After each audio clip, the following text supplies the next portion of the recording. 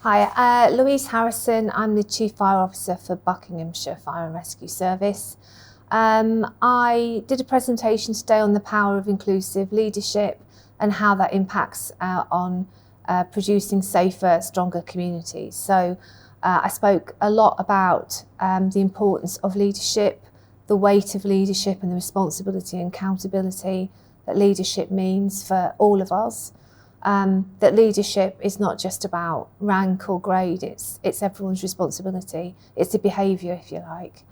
I spoke about the need for inclusivity, the need to empower people to make change, because we need an environment where we can operate in a safe space, culturally aware, because that in turn enables us to deliver a great service for our communities, particularly our diverse communities, our hard to reach communities, and those communities that are particularly vulnerable.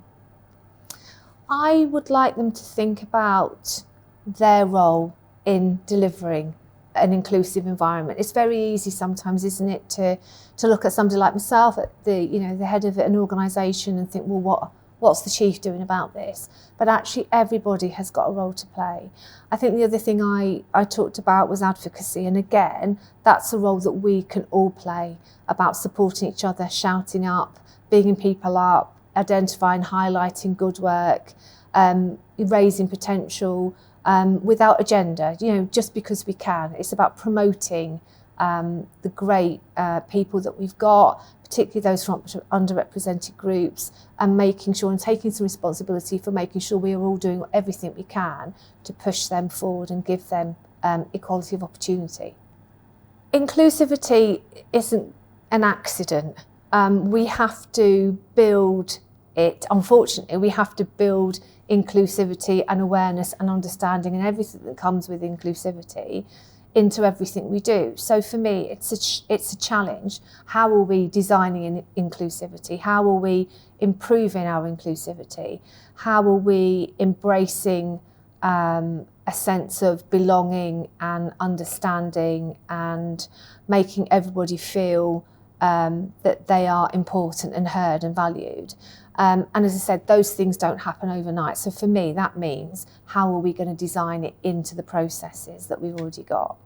So I take a very active role in the Chiefs Council. I'm the Vice Chair for the EDI National Working Group, so I work alongside a wonderful lady, an expert in the field, Jo Richardson. And between us, we are looking at a number of the initiatives that are being brought in through the PCL Hub.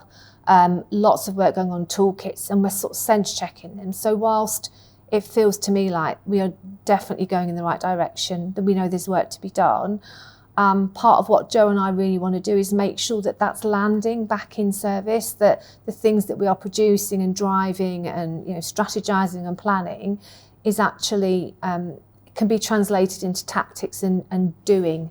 And we can therefore measure and look at the results and the impact it's having back in services and obviously communities, because that's where it's important.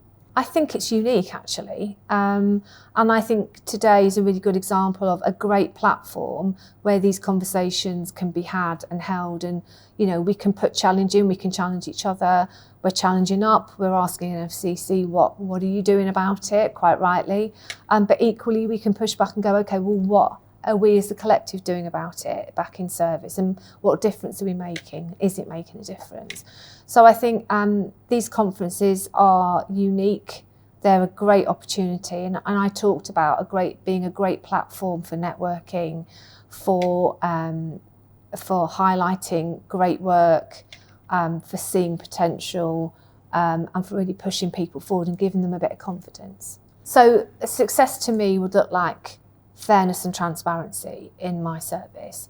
I would want people to say, we work in a fair and transparent service, and then my job is done.